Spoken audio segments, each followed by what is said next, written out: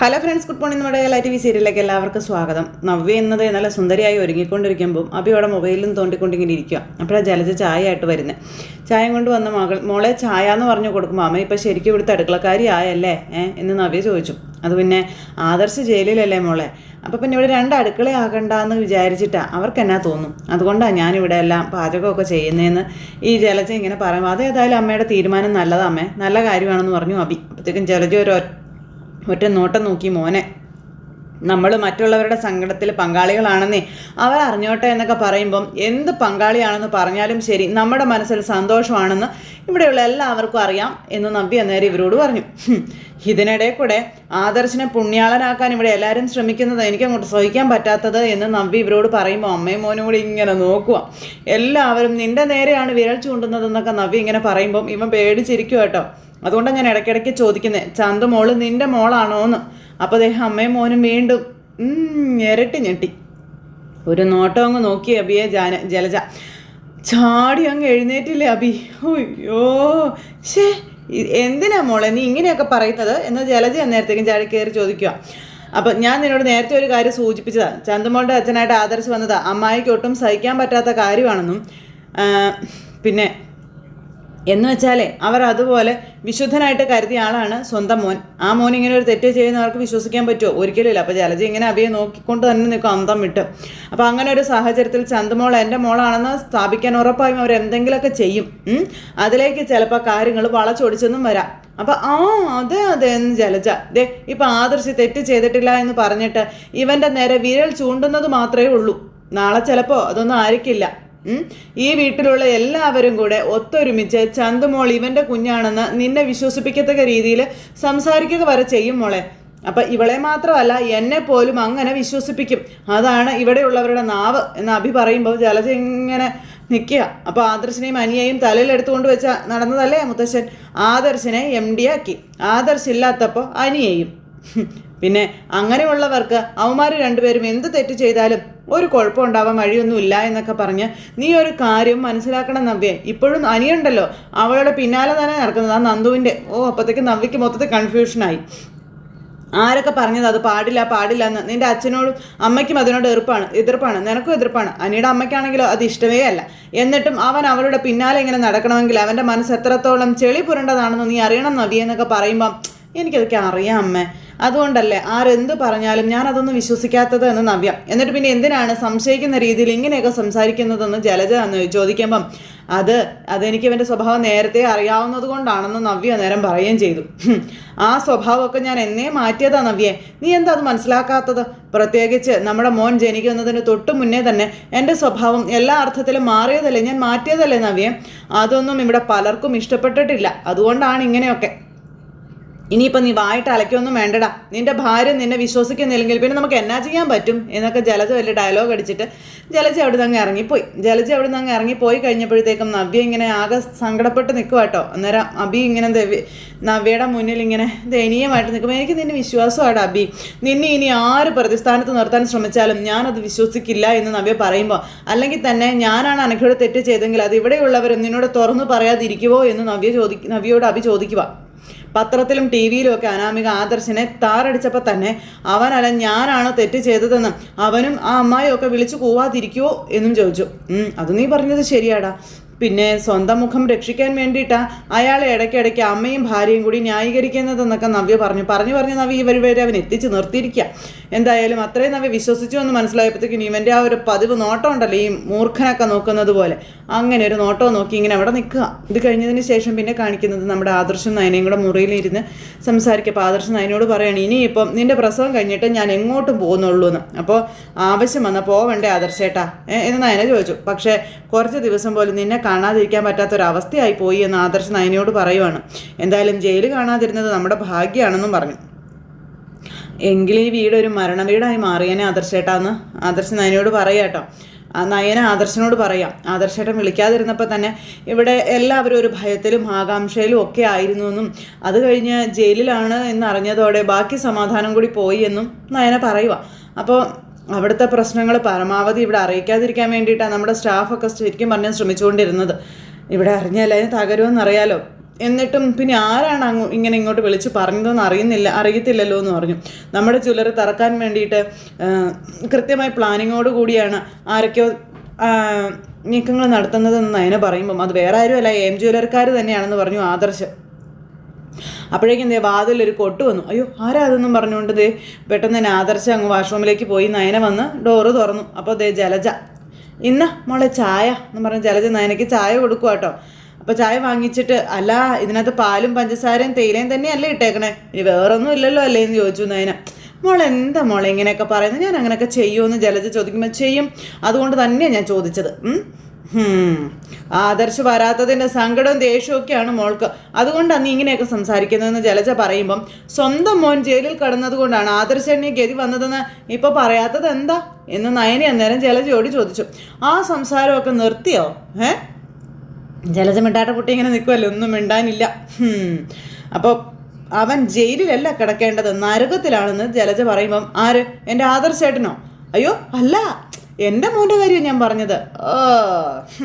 എന്ന് വെച്ചാൽ ഒരു പാവപ്പെട്ട പെൺകുട്ടിയോട് അവൻ ആരും ചെയ്യാത്ത പണിയല്ലേ ചെയ്തത് എന്നൊക്കെ ജലജ ചോദിക്കും. അതൊക്കെ ഈ അമ്മ വളർത്തിയതിൻ്റെ ഗുണമാണെന്ന് നയന അന്നേരം ജലജയോട് പറഞ്ഞു. ആണ് മോളെ ആണ്, ഓ ഞാൻ സമ്മതിക്കുന്നു, ആണായിട്ട് അവൻ മാത്രമല്ലേ ഉള്ളൂ എനിക്ക്. അതുകൊണ്ടാണ് ഞാൻ അവനെ ഒരുപാട് ലാളിച്ചത്, അതിനുള്ള ശിക്ഷയൊക്കെ എനിക്ക് കിട്ടുകയും ചെയ്തു എന്നും പറഞ്ഞ് ജലജ നയനയോട് നിന്ന് വാദിക്കുക. പിന്നെ പറഞ്ഞിട്ടൊന്നും കാര്യമില്ലല്ലോ മോളെ, പിന്നെ ഞാൻ മോൾക്ക് 1 മണിക്കൂർ കഴിഞ്ഞിട്ട് പാല് കാച്ചിക്കൊണ്ട് വരാട്ടോ, അപ്പോൾ ബുദ്ധിമുട്ടണമെന്നില്ല, അതൊക്കെ എൻ്റെ അമ്മ എനിക്ക് സമയാസമയത്ത് ചെയ്തു തരുന്നുണ്ട് കേട്ടോ എന്ന് നയന പറയുമ്പം ഇനിയിപ്പം ഞാൻ തന്നെ ചെയ്തു തരണമെന്നാണ് ചേട്ടത്തിയുടെ ഓർഡർ എന്ന് ജലജ പറഞ്ഞു. പറയുന്നതൊക്കെ അനുസരിച്ചോ, അല്ലെങ്കിലേ ഇവിടെ വലിയൊരു പൊട്ടിത്തെറി തന്നെ നടക്കുമെന്ന് നയന ജലജയോട് പറയുമ്പം അറിയാം മോളെ അറിയാം എന്നും പറഞ്ഞുകൊണ്ട് ജലജ അവിടെ നിന്ന് അങ്ങ് തിരിച്ചു പോരുന്ന സമയത്ത് ജലജയുടെ ഉള്ളിൽ പ്രാക്കും. അപ്പം നേരത്തെ ഇവളുടെ മുഖത്ത് സങ്കടമൊന്നും ഇപ്പോൾ കാണാനില്ലല്ലോ. ഇനി അവൻ ജയിലിൽ കിടക്കുന്നത് ഇവൾക്ക് സന്തോഷം വല്ലതും ആണോ? പറയാൻ പറ്റില്ല, ഇവളുടെയൊക്കെ മനസ്സിലിരിപ്പ് എന്താണെന്നൊന്നും. അപ്പോൾ അത് മനസ്സിൽ വിചാരിച്ചിട്ട് ജലജ അവിടെ നിന്ന് അങ്ങോട്ടേക്ക് പോയി. ജലജ അങ്ങ് പോയി കഴിഞ്ഞപ്പോഴത്തേക്കും നയന മുറിയിൽ കയറി വീണ്ടും വാതിലടച്ചു. ആദർശ് എന്നിട്ട് അങ്ങ് വന്നു. ആദർശം വന്നു കഴിഞ്ഞപ്പോൾ ആ ചായ നയന ആദർശിന് കൊടുക്കുക. എന്താ നല്ല ചൂട് ചായയാണെന്നും പറഞ്ഞു കൊടുത്തു. ഇതേ നമുക്ക് 2 ആൾക്കും കൂടെ കുടിക്കാം എന്ന് ആദർശം പറഞ്ഞു. ഇനി ചിലപ്പോഴേ നമ്മുടെ കുഞ്ഞിനെ കളയാൻ വേണ്ടി ഇതിനകത്ത് വല്ലതും കലക്കി കാണുമോ എന്ന് ആദർശ് ചോദിക്കുമ്പോൾ അങ്ങനെയൊന്നും ഉണ്ടാവില്ല എന്ന് പറഞ്ഞു നയന. എന്നിട്ട് ആദർശ് ചായ കുടിച്ചു. അത് ബാക്കി നയനയ്ക്ക് കൊടുത്തു. ഈ സമയത്ത് അവിടെ എല്ലാവരും ഇരുന്ന് ഫുഡ് കഴിക്കുക. അപ്പോൾ എല്ലാവരുടെയും മുഖത്ത് ഭയങ്കര സന്തോഷം. അബിക്കാണെങ്കിലൊന്നും കണ്ടിട്ട് അങ്ങ് പിടുത്തവും കിട്ടുന്നില്ല, ജലജയ്ക്കും. എല്ലാവരും ഒരു പ്രശ്നങ്ങളും കാര്യങ്ങളും ഇല്ലാതിരുന്ന ഫുഡ് കഴിക്കുന്നത്, മുഖത്തൊന്നും സങ്കടമോ കാര്യങ്ങളോ ഒന്നും ഇല്ല കേട്ടോ. ജലജ എല്ലാവർക്കും കോരി വിളമ്പിയൊക്കെ കൊടുക്കുന്നു. അജയനും ജാനകിയും ജയനും അബിയും നവ്യയും ഒക്കെ ഒന്ന് ഫുഡ് കഴിക്കുന്നു. അപ്പോൾ ജയൻ ചോദിച്ചു, നീ ഇപ്പം നല്ല ഫുഡൊക്കെ ഉണ്ടാക്കുന്നുണ്ടല്ലോ ജലജയെന്ന്. നല്ല ഫുഡ് ഉണ്ടാക്കണം എന്നാ ഏട്ടത്തിയുടെ ഓർഡർ എന്ന് ജാനകി പറഞ്ഞു. അത് ഏട്ടത്തി എന്ന് പറയുമ്പം അവർക്ക് അമ്മയുടെ സ്ഥാനമല്ലേ ഉള്ളത്, അതുകൊണ്ട് ഏട്ടത്തി എന്ത് പറഞ്ഞാലും ഞാനത് കേൾക്കും എന്ന് ജലജ ഇവരോട് പറയുമ്പോൾ ജാനകി കന്തം വിട്ട് നോക്കാം. അതൊരു പുതിയ മാറ്റമാണല്ലോ ജലജയെ, നീ അങ്ങനെ നന്നാവേണ്ടതല്ലല്ലോ എന്ന് ജയൻ ഇങ്ങനെ പറയുമ്പോഴത്തേക്കും ഇതൊക്കെ കണ്ടിട്ട് നവ്യയ്ക്ക് അങ്ങ് ദഹിക്കുന്നില്ല. അപ്പോൾ ദേവയാനി വന്നു. ഇനി ഇവള് നന്നായല്ലേ പറ്റൂ, എൻ്റെ മരുമോൾക്കും എനിക്കുള്ള ഫുഡ് എടുത്ത് വെച്ചോ എന്ന് ദേവയാനി ചോദിച്ചു. അപ്പോൾ അതെന്ത് ചോദ്യം ഏട്ടത്തി, ഞാൻ എല്ലാം എടുത്ത് വെച്ചിട്ടുണ്ടെന്ന് പറഞ്ഞു ജലജ. അറിയാലോ, അവൾ അമ്മയാകാൻ പോകുന്ന പെൺകുട്ടിയാണ്, അതുകൊണ്ട് പറയുന്നതെല്ലാം അതുപോലെ തന്നെ ചെയ്യണമെന്ന് ദേവയാനി ജലജയോട് പറയുമ്പോൾ ഇപ്പം തലയാട്ടി. അമ്മ ഇപ്പോഴേ എല്ലാവർക്കും ഇഷ്ടമുള്ളത് വെച്ച് വിളമ്പിക്കൊണ്ടിരിക്കുകയാണെന്ന് നവ്യ അന്നേരം അവിടെ ഇരുന്ന് ഇങ്ങനെ പറഞ്ഞു. ഒരാൾക്ക് ദോശയാണെങ്കിൽ മറ്റൊരാൾക്ക് ഇഡലി, ഇതെന്തിനാ ഈ 2 എണ്ണമൊക്കെ വെച്ച് ഉണ്ടാക്കുന്നേ എന്ന് നവ്യ ജലജയോട് ചോദിക്കുമ്പോൾ ജലജ നിന്ന് ചിരിക്കുക. അപ്പം ഞാൻ പറഞ്ഞിട്ടാണെന്ന് ദേവയാനി അന്നേരം അവിടെ നിന്നങ്ങ് പറഞ്ഞു. അത്രയും സമയമെങ്കിലും ഇവള് പരദൂഷണം നിർത്തുമല്ലോ നവ്യേ. അപ്പം എന്ന് കരുതി ഒരാളെ കൊണ്ട് അടിമപ്പണി ചെയ്യിപ്പിക്കുന്നതൊന്നും ശരിയല്ല എന്ന് നവ്യ അവിടെ ഇരുന്ന് എല്ലാവരോടുമായിട്ട് വലിയ തത്വം അല്ലെങ്കിൽ ന്യായം പറയുക. അന്നേരം ഇവിടെ അങ്ങനെ ആരും കരുതിയിട്ടില്ല നവ്യേ എന്ന് അഭി അന്നേരം പറഞ്ഞു. പിന്നെ അമ്മയ്ക്കിപ്പോൾ അടുക്കളയിൽ കയറുന്നത് ഇഷ്ടമാണ്, അങ്ങനെ ഇഷ്ടമൊന്നും അല്ല. അമ്മായിമ്മയെ ബ്ലാക്ക്മെയിൽ ചെയ്യുന്നത് പോലെയാണ്, അമ്മായി ഇവരെ ബ്ലാക്ക്മെയിൽ ചെയ്യുന്നത് പോലെ എനിക്ക് തോന്നുന്നത് എന്ന് നവ്യ ഇങ്ങനെ പറയുമ്പോണ്ടല്ലോ, അങ്ങനെയെങ്കിൽ അങ്ങനെ തന്നെ ഇരുന്നോട്ടെ, എനിക്കതിൽ പരാതിയൊന്നുമില്ല. ഒരാളെ മറ്റൊരാൾ ബ്ലാക്ക്മെയിൽ ചെയ്യുമ്പോൾ അയാൾ കീഴടങ്ങി തരികയാണെങ്കിൽ അവരുടെ ഭാഗത്ത് എന്തെങ്കിലുമൊക്കെ വീഴ്ചകൾ ഉണ്ടാവില്ലേ എന്ന് ദേവയാനി നവ്യയോട് ഇങ്ങനെ ഇരുന്ന് പറഞ്ഞു. ഇനിയിപ്പോൾ എന്തിനാ ഏട്ടത്തി അതിനെപ്പറ്റിയൊക്കെ സംസാരിക്കുന്നത്? നവ്യ, എനിക്ക് ഇഷ്ടമാണ് അടുക്കളയിൽ കയറാനും എല്ലാവർക്കും വെച്ച് വിളമ്പാനും ഒക്കെ, അതുകൊണ്ട് ഞാൻ ചെയ്യേണ്ടതൊക്കെ ചെയ്യുന്നു, അത്രയായിട്ട് ഇതിനെ കണ്ടാൽ മതി. ഏട്ടത്തി വാ, ഞാൻ ഫുഡ് എടുത്ത് തരാം ഏട്ടത്തി വാ എന്നും പറഞ്ഞുകൊണ്ട് അവിടെ നിന്ന് ജലജ ദേവയാനിയും കൂട്ടിക്കൊണ്ട് പോകുമ്പോൾ എന്നും പറഞ്ഞുകൊണ്ട് ഇങ്ങനെ ഇരിക്കുക. നവ്യ, നിൻ്റെ അമ്മയ്ക്ക് എന്താണ് പറ്റിയതെന്ന് അഭിയോട് എന്നിട്ട് നവ്യ ചോദിച്ചു. എന്തോ കാര്യമായിട്ട് സംഭവിച്ചിട്ടുണ്ടെന്നുള്ള കാര്യം ജാനകിയും പറയാം, അല്ലെങ്കിൽ അവളിങ്ങനെ അടങ്ങി ഒതുങ്ങി അടുക്കളയിലൊന്നും നിൽക്കുകയല്ലോ എന്നും ജാനകി ഇങ്ങനെ ഇരുന്ന് പറഞ്ഞിട്ട് അപ്പോൾ നവ്യയ്ക്ക് മൊത്തത്തിലെ സംശയം. അപ്പോൾ എല്ലാവരും സഹകരിച്ചാണല്ലോ അടുക്കളപ്പണിയൊക്കെ ചെയ്തുകൊണ്ടിരുന്നത്, ഇപ്പോൾ അങ്ങനെ അല്ലെങ്കിൽ അതിനൊരു കാരണം കാണും. ആ നേരത്തെ അവനും ഇവളുമൊക്കെ മറ്റുള്ളവരെ തകർക്കുന്ന രീതിയിൽ എന്തെങ്കിലും തെറ്റൊക്കെ ചെയ്തിട്ടുണ്ടാകുമെന്നൊക്കെ പറഞ്ഞുകൊണ്ട് ജയനും ഇരുന്ന് പറയുക. അതിൻ്റെ ശിക്ഷയാ ഇപ്പം ദേവയാനി ജലജയ്ക്ക് കൊടുത്തുകൊണ്ടിരിക്കുന്നതെന്നൊക്കെ പറയുമ്പം അബിക്കാണ് ഞെട്ടൽ.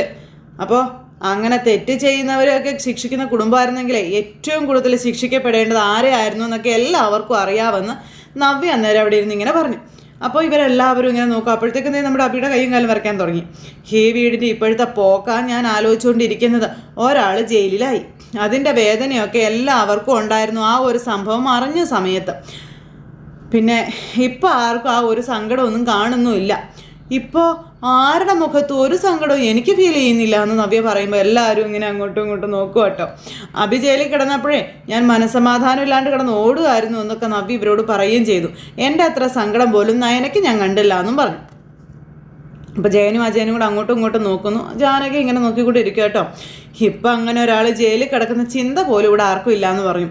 എല്ലാവർക്കും വേദനയൊക്കെ ഉണ്ട് നവ്യ. പിന്നെ വേദന അടക്കി പിടിച്ചുകൊണ്ട് നടക്കുന്നതേ ബിസിനസ്സും കുടുംബവും ഒക്കെ നന്നായി പോകാൻ തന്നെയാണെന്ന് അജയൻ അന്നേരം അവിടെ ഇരുന്ന് പറയുകയും ചെയ്തു. അത്രമാത്രം നീ അറിഞ്ഞാൽ മതിയെന്നും പറഞ്ഞു. അതിനൊന്നും പറയാനില്ലാതെ നവ്യ ഇങ്ങനെ അവിടെ ഇരിക്കുകയാണ്. എന്തായാലും ഫുഡ് കഴിച്ചുകൊണ്ടിരിക്കുന്നിടത്തും നവ്യ ആരും വെറുതെ വിടുന്നില്ല. നവ്യക്കുള്ളതെല്ലാം അപ്പം കൊടുക്കുന്നുണ്ട്, മറുപടിയായിട്ടും അല്ലാണ്ടും ഒക്കെ. അപ്പോൾ അതെല്ലാം കഴിഞ്ഞ് പിന്നെ കാണിക്കുന്ന ആദർശ് ഫ്രഷൊക്കെ ആയിട്ട് വന്നു. നയന കുടിവെള്ളമൊക്കെ എടുത്തുകൊണ്ട് വെച്ചു. അങ്ങനെ അവർ രണ്ടുപേരും കൂടെ റൂമിൽ ഇങ്ങനെ ഇരിക്കുന്നു. അപ്പോഴത്തേക്കും നമ്മുടെ ദേവയാനി വന്ന് വാതിലിൽ മുട്ടുക. അപ്പോൾ വാതിലിൽ മുട്ടിയ ശബ്ദം കേട്ടപ്പോൾ ആദർശേട്ട എഴുന്നേറ്റോളാൻ പറഞ്ഞു. മോളെ ഞാൻ അമ്മയാ എന്നിങ്ങനെ ദേവയാനി പറയുമ്പോൾ അപ്പോൾ അമ്മയാ ആദർശേട്ടാന്ന് നയന. അപ്പോൾ വാതിൽ തുറന്ന് അവർക്ക് കഴിക്കാനുള്ള ഫുഡും കാര്യങ്ങളൊക്കെ അവിടെ കൊണ്ടുവന്ന് വെച്ചു. മോൾക്ക് കഴിക്കാനുള്ള ഫുഡാണെന്നും പറഞ്ഞാൽ ഞാൻ അടുക്കളയിൽ നിന്ന് ഇതൊക്കെ എടുത്തുകൊണ്ട് വന്നത് കേട്ടോ. നിങ്ങൾ രണ്ടുപേരും കഴിച്ചോളാനായിട്ട് ദേവയാനി പറയുക. അന്നേരം അമ്മയ്ക്കൊന്നും കഴിക്കണ്ടേ എന്ന് നയന ചോദിച്ചു. അപ്പം ഞാൻ കഴിച്ചോളാം മോളെ, ഫുഡ് താഴെ ഉണ്ടല്ലോ, പിന്നെന്താ എല്ലാവരും കഴിച്ചിട്ട് പോട്ടെ എന്ന് പറയുമ്പം ഇവിടെ ഒരാൾ വിശന്ന് വലഞ്ഞിരിക്കുകയാണെന്ന് നയന അന്നേരം പറഞ്ഞു. അതെനിക്ക് മനസ്സിലായെന്ന് ദേവയാനി അന്നേരം പറഞ്ഞു.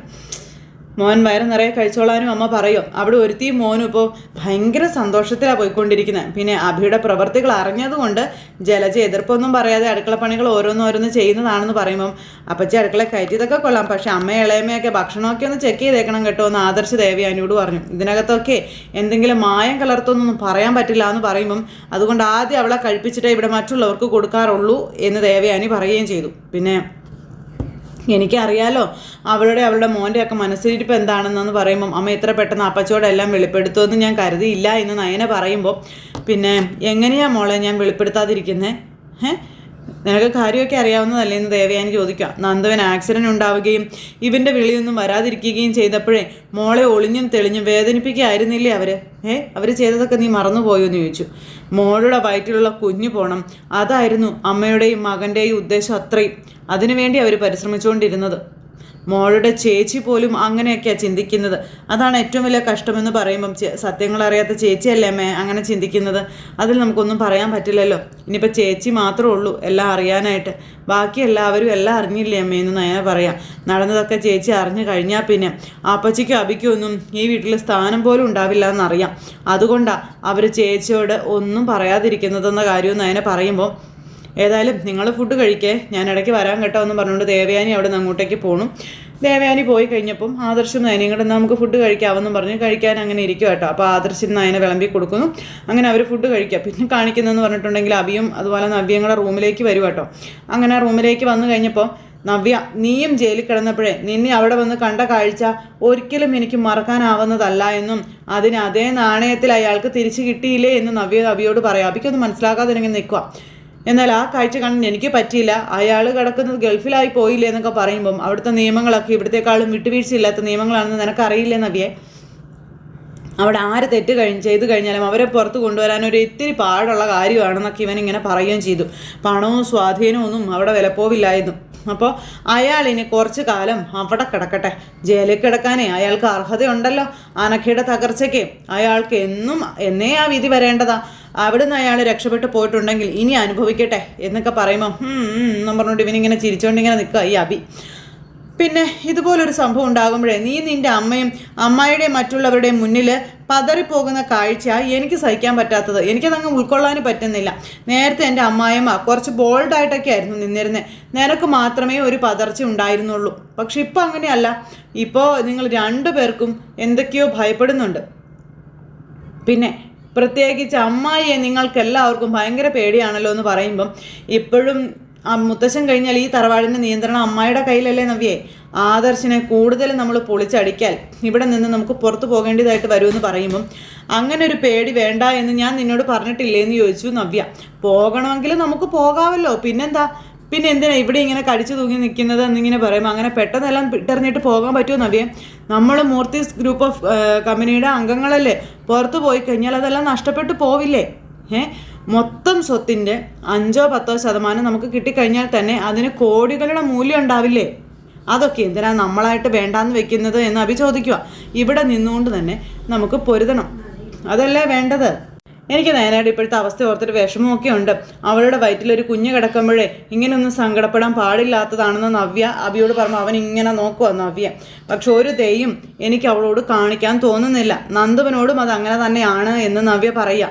നിന്നെ നന്ദു അറസ്റ്റ് ചെയ്ത് കൊണ്ടുപോയപ്പോഴേ അത്രത്തോളം എൻ്റെ കണ്ണുനീര് കണ്ടിട്ടും കാണാതെ പോയതാ ഇവരൊക്കെ എന്നും പറഞ്ഞ് അതൊരു വൈരാഗ്യമായിട്ട് തന്നെ എൻ്റെ ഉള്ളിൽ ഇങ്ങനെ കിടക്കുകയാണെന്നൊക്കെ പറഞ്ഞ് അഭിയോട് നവ്യ ഇങ്ങനെ പറഞ്ഞു. എൻ്റെ ഈശ്വര എന്ന് പറയുമ്പോൾ ചങ്കത്ത് കയ്യും വെച്ച് ദൈവങ്ങളെല്ലാം വിളിക്കും കേട്ടോ. അമ്മായിയെ ചൊടിപ്പിച്ച് എല്ലാ സത്യങ്ങളും ഇപ്പോൾ അമ്മ അറിഞ്ഞു എൻ്റെ പൊന്നെ. അതുപോലെ ഇനി ഇവളും ആരുടെയൊക്കെ നാവിൽ നിന്ന് സത്യങ്ങളൊക്കെ അറിയുമെന്തോ എൻ്റെ പൊന്ന് ദൈവമേ എന്ന് പറഞ്ഞുകൊണ്ട് അഭി ഇങ്ങനെ സർവ്വദൈവങ്ങളെയും വിളിച്ച് പ്രാർത്ഥിച്ച് ഇങ്ങനെ അവിടെ നിൽക്കുക. ഈ സമയത്ത് പിന്നെയെന്ന് പറഞ്ഞിട്ടുണ്ടെങ്കിൽ ഇതേ നമ്മുടെ നയന ആദർശിന് ഫുഡൊക്കെ വിളമ്പി കൊടുക്കുന്നു. അങ്ങോട്ടും ഇങ്ങോട്ടും പരസ്പരം വാരി കൊടുത്ത് കഴിക്കുന്നു. അപ്പോൾ റൂമിലായതുകൊണ്ട് എങ്ങനെ ഒരു സൗകര്യം ഒത്തു വന്നതെന്ന് ആദർശ് നയനയോട് പറയാം. അപ്പോൾ നയനയും പറഞ്ഞു അതേന്ന്. അങ്ങനെ രണ്ടുപേരും ഇരുന്ന് ഫുഡ് കഴിക്കുമ്പം നീയേ എപ്പോഴും ഈ മുറിയിൽ തന്നെ വേണം കേട്ടോ എന്നും, അല്ലെങ്കിൽ ഇവിടെ ഒറ്റയ്ക്ക് ഇരിക്കാനേ വലിയ പാടാട്ടോ എന്നും ആദർശ് ഇങ്ങനെ നയനോട് പറയാം. പറ്റുവാണെങ്കിൽ നമുക്കൊന്ന് പുറത്ത് പോകാം രാത്രിയാകുമ്പോൾ. അപ്പോൾ യാത്രയുടെ ക്ഷീണമൊക്കെ കാണില്ലേ ആദർശേട്ടാ, അതുകൊണ്ട് ഇവിടെ വിശ്രമിച്ചാൽ പോരേന്ന് ചോദിച്ചു. അപ്പം നിൻ്റെ കൂടെ പുറത്ത് പോകുന്നത് അതൊരു സന്തോഷമുള്ള കാര്യമല്ലേ എന്ന് ആദർശ് അന്നേരം നയനയോട് പറഞ്ഞു. ഞാനെന്തിനാ അത് വെറുതെ വേണ്ടാന്ന് വെക്കുന്നത് എന്നൊക്കെ ആദർശ് പറയാം. എന്നിട്ട് അതോ ഇനി വയറ്റിലൊരു കുഞ്ഞുള്ളത് കൊണ്ട് അതിനെന്തെങ്കിലും ബുദ്ധിമുട്ടുണ്ടോ എന്നൊക്കെ ചോദിക്കുമ്പം അതെ എൻ്റെ കുഞ്ഞ് ഇതുവരെ എനിക്ക് ഒരു ബുദ്ധിമുട്ടും ഉണ്ടാക്കിയിട്ടില്ല എന്ന് നയന പറയുമ്പം എൻ്റെ കുഞ്ഞല്ലേ അതുകൊണ്ട് ഒരു ബുദ്ധിമുട്ടും ഉണ്ടാക്കത്തില്ല എന്ന് പറഞ്ഞു ആദർശ്. എന്നിട്ട് ആദർശേട്ടൻ്റെ അമ്മ പറഞ്ഞത് അങ്ങനെയൊന്നും അല്ലല്ലോ, ആദർശേട്ടൻ വയറ്റിൽ കിടക്കുന്ന സമയത്ത് ഒരുപാട് ബുദ്ധിമുട്ടുകളൊക്കെ ഉണ്ടാക്കിയിട്ടുണ്ടെന്നാണല്ലോ പറഞ്ഞതെന്നൊക്കെ ഇങ്ങനെ പറയുമ്പോൾ ആദർശ് ഒന്ന് ചിരിച്ചു. എന്നിട്ട് പക്ഷേ ഞാൻ ജനിച്ച ശേഷമേ അമ്മയ്ക്ക് ഒരു ബുദ്ധിമുട്ട് പോലും ഉണ്ടായിട്ടില്ല എന്ന് ആദർശ് പറയുമ്പം ആര് പറഞ്ഞു ബുദ്ധിമുട്ടൊന്നും ഉണ്ടാക്കിയിട്ടില്ല എന്ന്? ശ്വാസമുട്ടലൊക്കെ ഉള്ളതുകൊണ്ട് അമ്മ ആദർശേട്ടൻ്റെ കുട്ടിക്കാലത്ത് ഒരുപാട് ബുദ്ധിമുട്ടൊക്കെ അനുഭവിച്ചിട്ടൊക്കെ ഉണ്ട്.